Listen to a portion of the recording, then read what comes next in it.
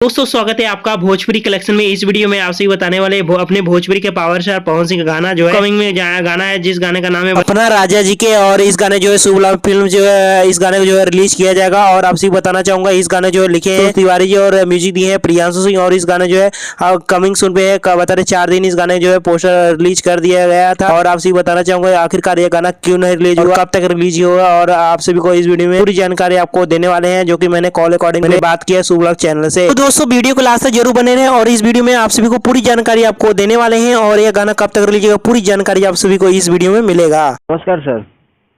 नमस्कार, बोलिए। मैं पवन सर का फैन बोल रहा हूँ। आप हाँ भाई।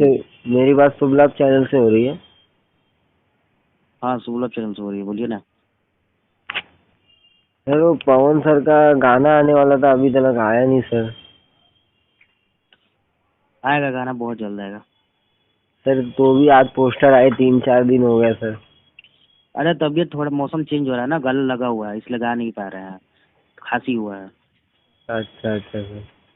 तो भी यही सर रीजन है। कितने दिन तो लगता है, चांस है कितने दिन? 2-3 दिन में गाना आ जाएगा भाई। 2-3 दिन में?